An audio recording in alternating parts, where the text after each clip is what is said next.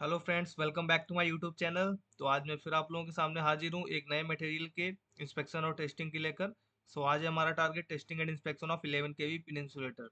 Friends, basically सबसे पहले हम लोग जान लेते हैं पिन इंसुलेटर होता क्या है। पिन इंसुलेटर में बेसिकली हमारे पास pin insulator is a power distribution for voltage. This is used in power distribution for the voltage up to 33 kV. It is placed on the cross arm of the supporting tower. The pin insulator has grooves on the upper end for keeping the conductor. The conductor is tied to the insulator on the top groove on straight line position and side groove in angle position by annealed winding wire of the same material as that of conductor. Friends, basically ये हमारा जो conductor को और पोल से separate करने के लिए insulator use किया जाता है। This is a basically non conducting material. Friends, इसको हम लोग लगाते हैं। पिन इंसुलेटर में बेसिकली ग्रुप्स होते हैं जिसके बीच में कंडक्टर प्लेस कर दिया जाता है, जिससे कि करंट का फ्लो पाइप पोल में या फिर जो ग्राउंड है उस पर ना जा पाए। ये फ्रेंड बेसिकली इंसुलेटर एक इंसुलेटिंग डिवाइस है, इंसुलेटिंग मटेरियल है। और पिन इंसुलेटर 11 केवी और 33 केवी वोल्टेज रेटिंग में यूज किया जाता है। इसके बाद अलग अलग टाइप के हैं, स्ट्रेन इंसुलेटर अलग अलग टाइप के हैं, तो वो यूज किए जाते हैं। Basically test of pin insulator 11 KV या 33 केवी पिन इंसुलेटर में कौन कौन से टेस्ट किए जाते हैं इसके बारे में। बेसिकली 4 टाइप के टेस्ट होते हैं: mechanical test, electrical test, visual and dimension test और केमिकल टेस्ट। फ्रेंड्स, इसमें मैकेनिकल में हम लोग क्या करते हैं, एज पर आईएस स्टैंडर्ड या फिर as per international standard, as per जो भी हो उसमें आप लोग करेंगे। तो मैंने एज पर आईईसी 61 109 पे किया था। इसमें बेसिकली इस it shall with to 10 kN for 1 minute. 10 kilo newton का नोट देंगे, 1 मिनट तक इसको विद स्टैंड करा के देखना है। फ्रेंड्स, जितने भी आपका मटेरियल हो उसके लॉट के हिसाब से आपको इंसुलेटर चूज करने पड़ेंगे। इलेक्ट्रिकल टेस्ट में बेसिकली 45 केवी आरएमएस वोल्टेज हम लोग देते हैं और 1 मिनट तक विदस्टूड कराते हैं।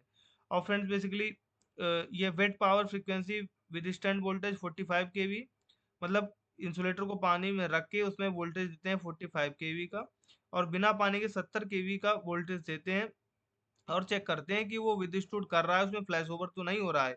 और फिर इसी इंसुलेटर को हम लोग बढ़ाते जाते हैं पावर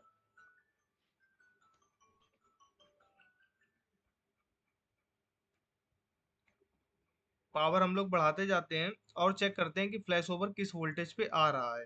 फ्रेंड्स, ये भी बेसिकली हम लोग इंसुलेटर्स पे करते हैं। फिर इसके बाद आ जाता है विजुअल एंड डायमेंशन टेस्ट। इसमें फ्रेंड्स बेसिकली हमारा क्रीपेज डिस्टेंस चेक करेंगे, उसका वेट चेक करेंगे इंसुलेटर का, उसकी एफआरपी रॉड होती है। बेसिकली जो मेरा इंसुलेटर है ये एफआरपी रॉड वाला है। इसमें बेसिकली रॉड होती है, ऊपर से इसमें पॉलीमर का जो जो इसके सेट्स होते हैं वो पॉलीमर के बने होते हैं, और ऊपर में इसके वो पिन और ऊपर इसका एंड कैप लगाई जाती है। फ्रेंड्स, बेसिकली इसमें हम लोग dia of FRP rod, length of FRP rod, thickness of housing, जो भी जो सेट है उसकी थिकनेस चेक करेंगे। जो जीआई पिन है उसकी डायमीटर क्या है, उसकी लेंथ क्या है, ये सब बेसिकली हम लोग चेक करते हैं। फिर इसमें बेसिकली केमिकल टेस्ट करते हैं, क्योंकि ये जो इंसुलेटर है ये एनवायरनमेंट में एक्सपोज किया जाएगा। तो हम लोग ये इंश्योर करेंगे कि ये जल्दी रस्टिंग ना पकड़े, इसलिए इसमें गैल्वेनाइजिंग किया जाता है। और गैल्वेनाइजिंग क्या क्वालिटी की गई है उसको हम लोग केमिकल टेस्ट से करते हैं। इसमें हम लोग CuSO4 का सॉल्यूशन प्रिपेयर करके रखते हैं, जिसकी डेंसिटी 1.18 ग्राम पर सेंटीमीटर क्यूब होती है। और जो बेसिकली एंड कैप होता है, एंड कैप को CuSO4 के सॉल्यूशन में डिप कराते हैं। 4 डिप लेते हैं 1 1 मिनट की, और उसका फिर कपड़े से साफ करके उसका कलर ऑब्जर्व करते हैं। अगर कलर शाइनी हो गया, अच्छा हो गया है, तो शाइन कर रहा है तो अच्छा है, सही है, मतलब गैल्वेनाइजिंग सही से हुई है।